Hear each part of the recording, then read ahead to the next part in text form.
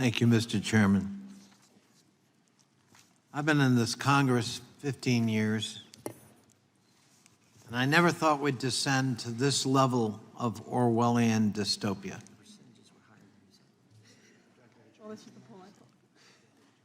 Suddenly, the tools of the trade are not to get at the truth, but to distract, distort, deflect, and dissemble. To disagree is censorship. To try to correct the facts is to infringe on my right of free speech. Of course, it only works one way. The name of Dr. Fauci has been invoked. I'd love to have him here as a witness to describe his travail in being censored. But of course, with that right-wing censorship comes intimidation and threat and intimations of violence. And a wink-blink that, by the way, violence, can be justified. The violence, for example, here on January 6th has been explicitly excused by some of my colleagues on the other side of the aisle as a bunch of tourists who got a little out of hand, a little overexcited. 5 are dead, including my constituent, Capitol Hill police officer, who died the next day from the trauma and shock of that experience. And ironically, talk about free speech and duty, he voted for Donald Trump. But his duty was to be here that day. Often Skolnick. And somehow, my freedom to harm with the words I use is considered further evidence of censorship. But we know words have power. And that's why we take care with the words we use.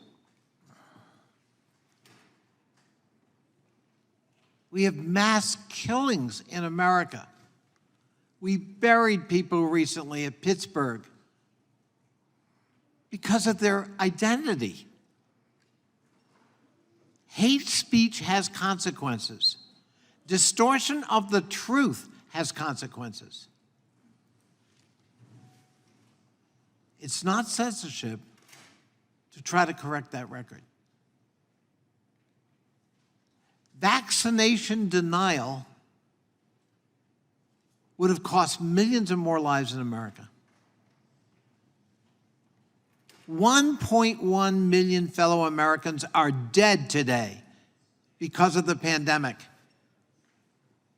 And millions are saved because of a vaccine that was developed in record time, and we ought to be celebrating that, not caviling about it.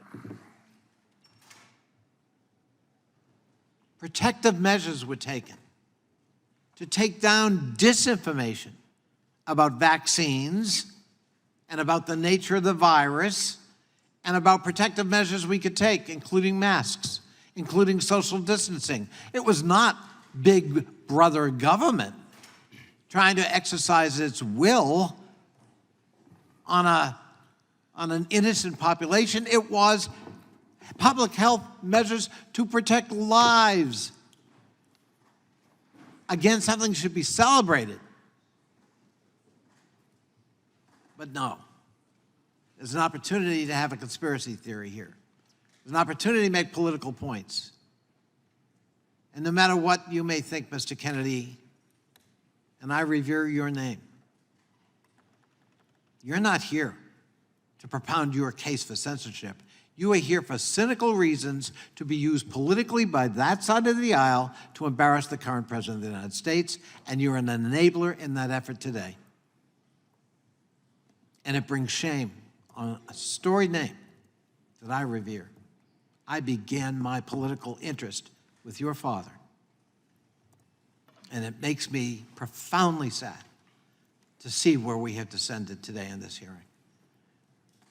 I yield the balance of my time to Mr. Goldman.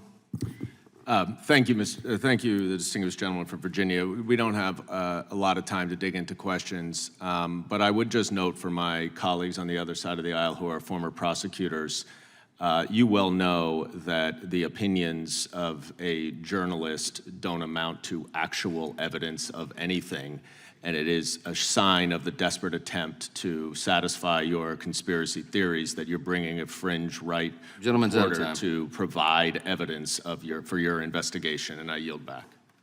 Gentleman yields back. The chair now recognizes Mr. Johnson from Louisiana. I'm so grateful for that segue from Mr. Golden, because we're about to talk about hard evidence here. It's really ironic this hearing is covering the left's censorship of opposing viewpoints, and you've all seen it on display all day long. They've been doing exactly that. They've been trying to bully and defame our witnesses and try to cover up their opinions. They actually began the hearing with a motion to prevent them from testifying. You can't make this stuff up. It's on broad display for everybody. They did the same thing yesterday in the hearing with the IRS whistleblowers. You know why?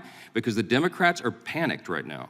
They're panicked because it's impossible to cover up the inescapable conclusions of the last few weeks. Let me give you two of them. First, one, the hard evidence, Mr. Goldman and everybody else, now proves that the Biden family is hopelessly corrupt and has apparently engaged in a long pattern of extortion, bribery, influence peddling, and tax fraud, and staggering abuses of power. And number two, we're highlighting here today that we now know that a growing list of the most important executive branch agencies of the Biden administration are in on it. They've also been corrupted. They've been weaponized to help cover all this up, the first family's crimes. When we summarize all this stuff, it sounds like a premise of a dystopian novel or something, but it's actually happening right now on our watch. This is not conspiracy theories, this is evidence. Our hearing today is to put a spotlight on one more of these incredible avenues of unprecedented corruption and government cover-up. And here again, a federal court has just affirmed all that hard evidence. It proves that the White House, the Department of Justice, and the FBI, among other agencies, threatened and coerced the social media platforms to censor and suppress disfavored viewpoints and conservatives' social media posts online. I'm grateful we have with us today two individuals, Mr. Kennedy and Ms. Harris, who were directly impacted by that censorship, and the third, Mr. Sauer, who we're about to speak with, serving as lead counsel in the landmark lawsuit against the federal government on this issue. Let's talk facts. The American people are not aware of the magnitude of this case, Mr. Sauer, and its profound implications, because most of the mainstream media is in on it too, and they're trying to bury the story. In brief, in May of last year, the attorneys general of my state, Louisiana, and the state of Missouri filed suit in U.S. District Court of the Western District of Louisiana. This blatant censorship. They went after the blatant censorship by the Biden White House in 9 of its federal agencies. 2 weeks ago on Independence Day, the district court issued a truly extraordinary 155-page court opinion, a ruling granting the plaintiff's request for preliminary injunction. Mr. Sauer, your lead counsel in that litigation. You referenced some in your opening statement, but let's do it again here because they don't seem to be paying attention. Can you give a summary again of some of the key components of that opinion and the basis for it? I know you mentioned there were 82 pages of detailed factual findings, right? That is correct. 82 pages, 577 citations of the record evidence. That evidence is drawn from about 20,000 pages of the government's own communications with social media platforms and 6 full-length depositions of senior federal officials with firsthand knowledge of federal censorship practices. It's absolutely staggering. And now they've tried to bury this and say, well, the Fifth Circuit entered a temporary administrative stay. They granted an expedited briefing and oral argument, however, for August 10th. What's the impact of that? Isn't that routine practice in the Fifth Circuit? That's a direct quote from the recent Fifth Circuit decision, N. Ray Abbott, which is cited in my written testimony. It's legally incorrect, clearly legally incorrect to describe them as vacating the injunction, which has happened multiple times. They either don't know the law or, I don't know, they're trying to obscure the facts. That's a theme around here. The White House and the fellow Democrats disputed almost none of the factual findings in the court. Isn't that right? So far, we've had 2 emergency stay motions from the Department of Justice, one in the district court, one in the Court of Appeals. And what really struck me in reading those is they just don't dispute those 82 pages of factual findings. Almost none of them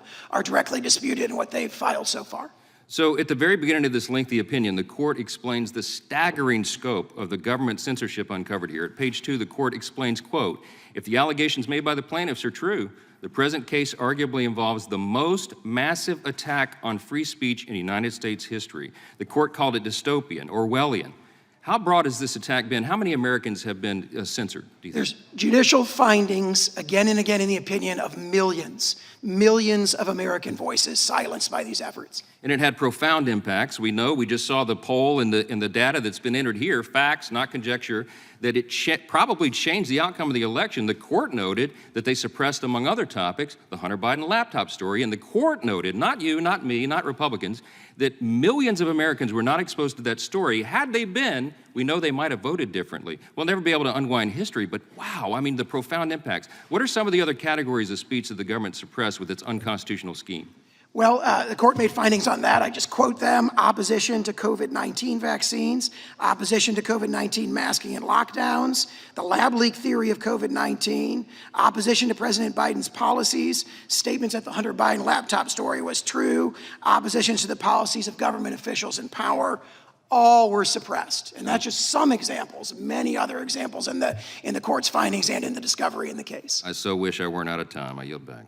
The gentleman yields back. The chair now recognizes Mr. Allred from Texas for his 5 minutes. Hi, xin chào tất cả các bạn. Chào mừng các bạn đã quay trở lại với video của mình. Hôm nay mình sẽ hướng dẫn cho các bạn tô màu bức tranh quả bóng. Mời các bạn hãy cùng đón xem hết video của mình nhé.